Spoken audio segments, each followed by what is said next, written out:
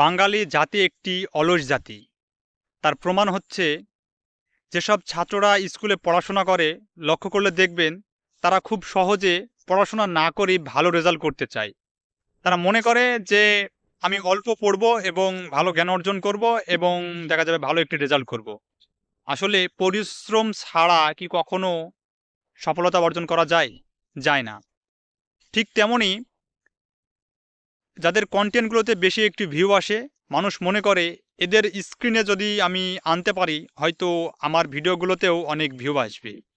কিন্তু এখানে মূল বিষয় হচ্ছে প্রত্যেকটি মানুষ যারা কনটেন্ট তৈরি করে তাদের কনটেন্টের ভিতরে যৌক্তিকমূলক কিছু কথা থাকে, কিছু দেখানোর বিষয় থাকে, যে বিষয়গুলোকে মানুষ পছন্দ করে এবং তাদের ভিডিওগুলো মানুষের সামনে বেশি বেশি সাজেস্ট করে এবং সেই হিসাবে তাদের ভিডিওগুলোতে বেশি বেশি ভিউ আসে। তো বাঙালি জাতি এতটাই অলস জাতি যে তারা অন্যের কিছু হতে দেখলে, অন্যের কিছু করতে দেখলে মনে করে তার সাথে যদি আমি সেম কাজটি করি মনে হয় আমার কাজগুলোও খুব সহজে তার মতো সবার কাছে ছড়িয়ে পড়বে বা আমার প্রভাবটাও বিস্তার করবে। কিন্তু আসলে বিষয়টি তা নয়।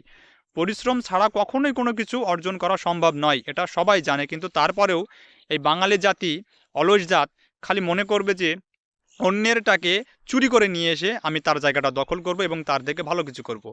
আসলে একজন ছোট শিকড় থেকে শুরু করে যে পরিশ্রম করে জায়গাটা তৈরি করে, সেই জায়গাটা পেতে হলে ঠিক তোমাকেও একটা কঠোর পরিশ্রম করতে হবে এবং সেই জায়গাটা অর্জন করার জন্য দিনরাত মেহনতি করে পরিশ্রম করে জায়গাটা তৈরি করতে হবে।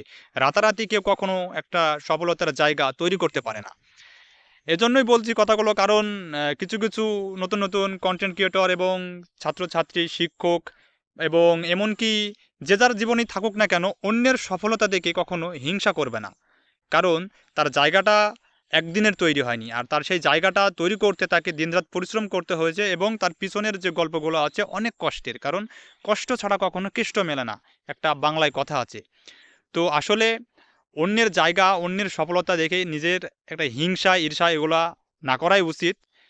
তার থেকে ভালো কিছু যদি করা যায় তাহলে তোমাকে পরিশ্রম করতে হবে এবং নিজেকে তৈরি করতে হবে।